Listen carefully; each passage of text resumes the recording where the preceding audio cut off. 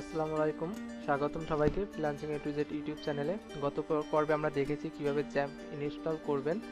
তো আজকে দেখব হচ্ছে গিয়ে আমাদের পিসিটাকে কিভাবে একটা লোকাল সার্ভার বানিয়ে সেটাতে হচ্ছে গিয়ে ওয়ার্ডপ্রেস সেট আপ করবো।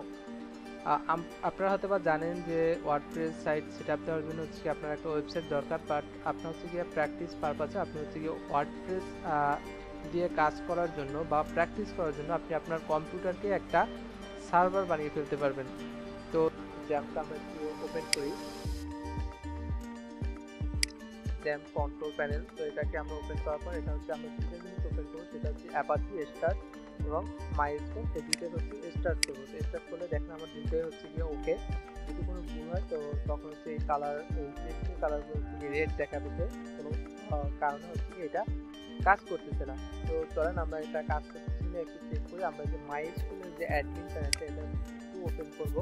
এটা কিন্তু পিএইচপি মাই অ্যাডমিন, এটা যখন এখানে এসে গেছে শো করতেছে ব্রাউজারে, তো তার মানে হচ্ছে কি আমার এটা 100% কাজ করতেছে। তো ফার্স্টে আমরা জানি ওয়ার্ডপ্রেস ইনস্টল করার জন্য আমাদের একটা ডাটাবেস ক্রিয়েট করতে হয়।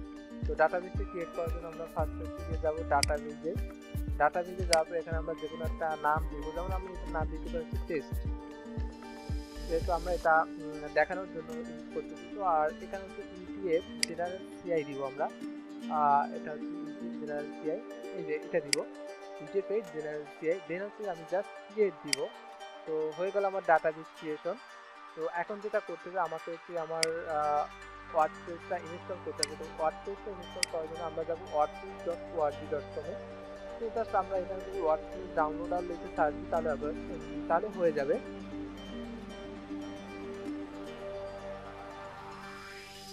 wordpress.org লিখলে আমরা পেয়ে যাব। দেখেন, এই যে দেখেন। তো আমার এখানে আসার পর আমি একটু wordpress.org তে আমি স্টার্টিং পেজে এখানে দেখে আমি অনেকগুলো অপশন আছে কিভাবে কি আপনি কি কি ফিচারগুলো পাবেন। তো গেট ওয়ার্ডপ্রেস নামে যে অপশনটা, এটাকে আমি ক্লিক করলাম। দেখেন এখানে আমার ডাউনলোডের একটা অপশন আছে। তো ওয়ার্ডপ্রেস ওয়ার্ডপ্রেস 5.6, তো এটাকে আমি ক্লিক করলাম। কাজ করার হবে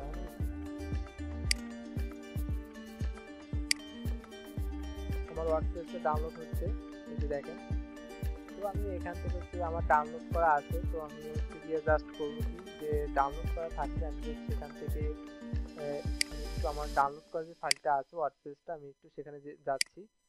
এই যে দেখেন প্রোগ্রাম, এখানে আমি দেখি ওয়ার্ডপ্রেসটা কি আছে না। এখানে আমার হচ্ছে গিয়া আছে হচ্ছে গিয়া কমপ্লিটের ভিতরে ওয়ার্ডপ্রেস, এই যে দেখেন ওয়ার্ডপ্রেসটা আমার এখানে ডাউনলোড করা আছে। জাস্ট এখান থেকে আমি এটাকে কপি করব। কপি করে হচ্ছে আমি যাবো করে আমার লোকাল লিস্টে যাবো। লোকাল লিস্টের ভিতরে আমার জ্যাম্প নামে যে একটা অপশন আছে, সেই জ্যাম্পে যাবো। তো জ্যাম্পে যাওয়ার পর হচ্ছে আমি যাবো htdocs। এটার ভিতরে আমার যত ডকুমেন্ট, আমার যত কিছু সব এখানে রাখবো। যেখানে আমি অলরেডি একটা রাখা আছে, জাস্ট এভাবে রাখবেন। যেটা হচ্ছে কি আমি এটাকে একটু এক্সট্রাক্ট করবো। এই যে এখানে দেখেন এক্সট্রাক্ট হেয়ার দিলাম।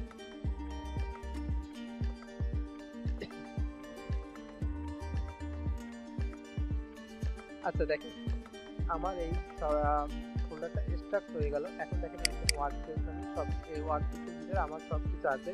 তো আমি জাস্ট করবো কি আমার যে ডোমেইন নেম হবে সেই নাম অনুযায়ী আমি যে ডোমেইন নেমটা দিতে চাচ্ছি সেই নাম অনুযায়ী আমি এটা নাম দিব। তো এখানে আমি দিচ্ছি হচ্ছে গিয়া আমি শাকিল নামে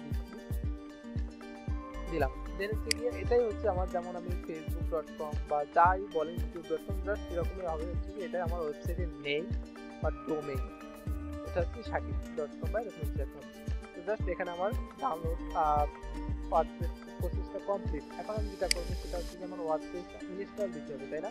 তো আমি একটা কাজ করি, ওয়ার্ডপ্রেসের যে অ্যাডমিন আমি ফার্স্ট হচ্ছে লিখবো লোকাল লোকাল লেখার পর হচ্ছে আমি যে আমার ওয়েবসাইটের নামটা দিয়েছি, মানে আমি ফোল্ডারের যে নামটা দিচ্ছি এইটা হবে যেমন এই যে শাকিল। তো এটা হচ্ছে আমি এখানে লিখবো SHAKIL। এরপর হচ্ছে একটা আবার একটা ফরওয়ার্ড স্ল্যাশ দিব।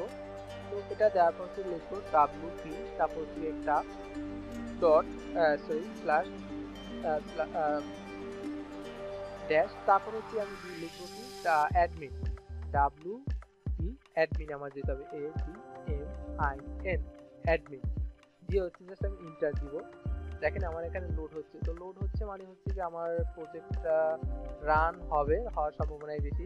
আর যদি দেখেন যে অন্য কোনো ওয়েতে হচ্ছে তখন হচ্ছে বা কুইকলি আসছে তখন হচ্ছে বুঝবেন যে আসলে রান হয়নি বা কি।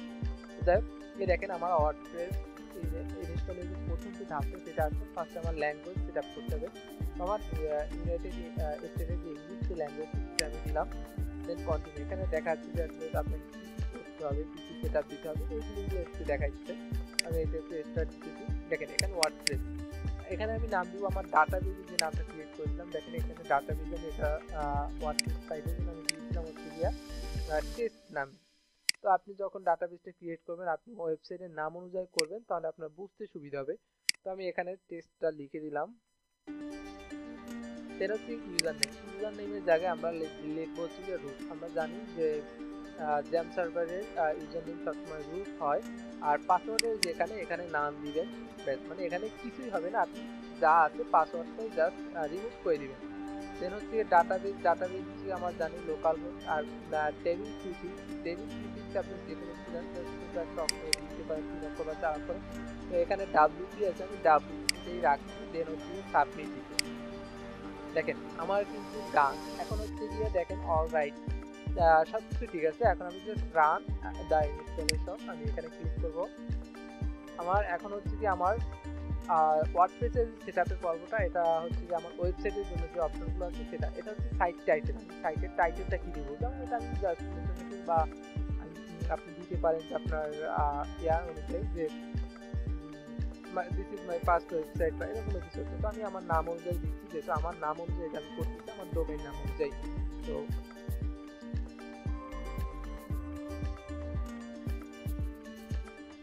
দিলাম। দেন হচ্ছে কি ইউজার নেম তো আমি হচ্ছে গিয়ে দিলাম শাকিল নামই দিলাম, আমি প্রবলেম নাই। ডান। এরপর হচ্ছে আমি পাসওয়ার্ডটা আমি হচ্ছে গিয়া এটাই আমি দিলাম 3788 এটা দিলাম। আপনি যে কোনো কিছু একটা আমি সেটা কপি করে রাখতেছি একটা নোটপ্যাডে, আমি নোটপ্যাডে নিয়ে নিতেছি। দেখেন এখানে হচ্ছে আমি এটা দিয়ে দিলাম। আর হচ্ছে আমার ইউজার নেমটা, এই দুটো আমার হচ্ছে লগ ইন দেওয়ার সময় লাগবে, আপনার নোট করে রাখবেন যাতে আপনার পরবর্তীতে ভুলে না যান, কোনো সমস্যা না হয়, ঠিক আছে। আমি এটা এখানে নোট করে রাখলাম। হচ্ছে আপনি যে কোনো একটা ইমেল দিয়ে দিতে পারেন আপনার পছন্দের মতো। তো আমি আমার একটা দিয়ে দিলাম।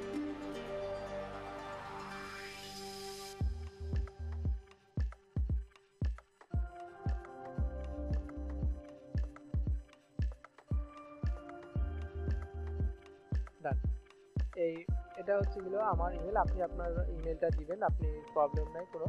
দেন হচ্ছে এখানে আর একটা অপশন আছে সার্চ ইঞ্জিন ভিজিবিলিটি। এটা হচ্ছে কি আপনি যখন ওয়েবসাইটে কাজ করবেন, কোনো কন্টেন্ট দিয়ে পাবলিশ করবেন, তখন গুগল করবে কি আপনার এই যে ওয়েবসাইটে যে আপনার কন্টেন্ট থাকবে সেগুলো ওরা ইন্ডেক্সিং করবে। মানে ওরা হচ্ছে গিয়ে কেউ যদি আপনার এই যে আপনার যে হেডিং বা আপনি যে টাইটেল দিচ্ছেন এটা নিচে কেউ সার্চ দেয়, তখন এটা আপনার শো করবে।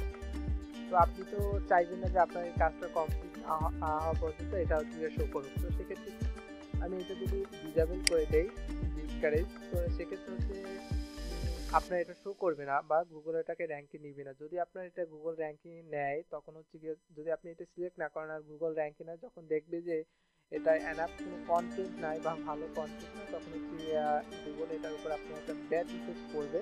পরবর্তীতে আপনি যখন এই ওয়েবসাইটটা পাবলিশ করবেন এবং ফুললি আপনার রান হবে, তখন হচ্ছে গিয়ে এই ওয়েবসাইটটা গুগল র্যাঙ্কে আনবে না বা আনতে আপনার অনেক সমস্যা হবে। তো সেক্ষেত্রে আমরা এটা একটু ট্রিটমেন্ট দিয়ে রাখবো, তাতে কোনো সমস্যা হবে না। সেটা হচ্ছে কি ওয়ার্ডপ্রেস দিলাম। দেওয়ার পর দেখেন আমার পাসওয়ার্ডটা দেখেন, আমি লগ ইন আপ করলাম, আমাকে এখন লগ ইন আপ করতে বলছি। তো আমরা আমার পাসওয়ার্ডটা সেভ করে রেখেছিলাম, সেটা আমি এখন দিব কন্ট্রোল সি। এখানে কন্ট্রোল সি এবং পাসওয়ার্ডটা সেভ করেছিলাম, আর সেই পাসওয়ার্ডটা দিয়ে আমি লগ ইন করছি। দেখেন লগ ইন ডান। আমার ওয়ার্ডপ্রেস সেটআপ ডান। দেখেন আমার কোনো ডোমেন হোস্টিং লাগেনি কেনা, আমি জাস্ট আমার কম্পিউটার বা আমার যে হার্ড ডিস্ক আছে সেটাতে আমি হচ্ছে জ্যাম্পের মাধ্যমে একটা সার্ভার বানিয়ে ফেললাম এবং সেখানে আমি ওয়ার্ডপ্রেসটা ইনস্টল করলাম। এটা আসলে আপনার ক্লায়েন্টের কাজের জন্য হতে পারে, অথবা আপনি আপনার প্র্যাকটিস পারপাসে ব্যবহারের জন্য আপনি করতে পারেন। হঠাৎ করে দেখা যাচ্ছে যে কোনো ক্লায়েন্ট আপনাকে দিল কোনো রিকোয়ারমেন্ট, আপনি হচ্ছে আপনার সার্ভারে প্রবলেম বা লোড হতে সমস্যা, সেক্ষেত্রে আপনি লোকাল সার্ভারে করে সেটাকে পরে মাইগ্রেট করে ক্লায়েন্টের সার্ভারে ক্লায়েন্টের যে লাইভ সার্ভার থাকে সেখানে আপনি ইনপুট করে দিতে পারেন, কোনো সমস্যা নাই। আপনি এখান থেকে হচ্ছে যে এক্সটেন্ড করে বা হচ্ছে এখান থেকে নিয়ে আপনি আবার মাইগ্রেশন করে আপনার ক্লায়েন্টের ওয়েবসাইটে সেম টু সেম কন্টেন্ট এবং যে ইমেজগুলো থাকে সব কিছু আপনি তার ওয়েবসাইটে সেট করে দিতে পারবেন, কোনো সমস্যা। অথবা আপনার হচ্ছে যে দেখা যাচ্ছে যে প্র্যাকটিস পারপাসে আপনি এটা করতে পারেন। তো এই হচ্ছে যে এখন আপনি এখান থেকে আপনি যে কোনো প্লাগইন ইনস্টল করতে পারবেন, যে কোনো থিম ইনস্টল করতে পারবেন, যে কোনো উইজার্ড দিয়ে কাজ করতে পারবেন, কোনো সমস্যা হবে না। দেখেন এখানে সব অপশনগুলো আছে, যে অপশনগুলো আপনি লাইভ সার্ভারে পেতেন। এই যে দেখেন থিমের ভিতরে গেলে আমার এখানে 3টা থিম দেখাচ্ছে, যেটা ওয়ার্ডপ্রেস ডিফল্ট দিয়ে থাকে। এটা এগুলোকে ইচ্ছে করলে আমি যে ডিলিট দিতে পারবো। দেখেন এগুলো হচ্ছে ডিফল্ট দেওয়া থাকে সেটা। তো আমি ইচ্ছে করলে যে নিউ কোনো একটা নিয়ে এখান থেকে গিয়ে আপনি যে কোনো নিউ একটা নিতে পারেন। যেমন আমি হচ্ছে ভিডিও ডেভেলপমেন্ট সেটা আমি হচ্ছে ইনস্টল ক্লিক করলাম। দেখেন সেটা ইনস্টল হচ্ছে। ইনস্টলে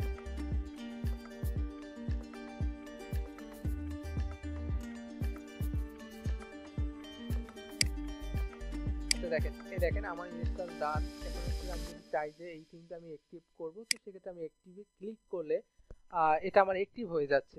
এই যে দেখেন আমার একটা আসলো এবং এটা দেখেন এটা অ্যাক্টিভ অপশন আসছে, তার মানে এইটা অ্যাক্টিভ আছে এবং এইটা অ্যাক্টিভ হয়ে গেছে। এখন আমি এটা চাইলে ডিলিট করে দিতে পারবো। ডান। এই দেখেন আমার এখন একটা মাত্র থিম ইনস্টল করা আছে। তো এক্ষেত্রে আমি একটু লাইভ সার্ভারে একটু যাই, গিয়ে দেখি আসলে কি দেখাচ্ছে আমার। এই হচ্ছে যে দেখেন ইন্টারফেস আমার হচ্ছে যে কোনো কন্টেন্ট নাই, এই জন্য হচ্ছে কি প্রবলেম, কোনো কিছু দেখতে পাচ্ছি না। এটা ডিফল্ট একটা দিয়ে রাখছে এবং হোম পেজ প্লাস আদার জাস্ট। এই যে দেখেন আমি সাইটটা এগুলো নামটা দিলাম, সেটা আপনি এখন আপনি চাইলে কাস্টমাইজ করতে পারবেন আপনার ইচ্ছা মতন, যেভাবে চান অপশনগুলো আপনি ইচ্ছা মতো ইউজ করতে পারবেন, হেডার অ্যাড করতে পারবেন, ফুটার অপশন, থিম অপশন, লেআউট সব কিছু আপনি এখানে দেখেন চেঞ্জ করার জন্য পাচ্ছেন। তো আজকের মতন এখানেই, ধন্যবাদ সবাইকে আমাদের সাথে থাকার জন্য।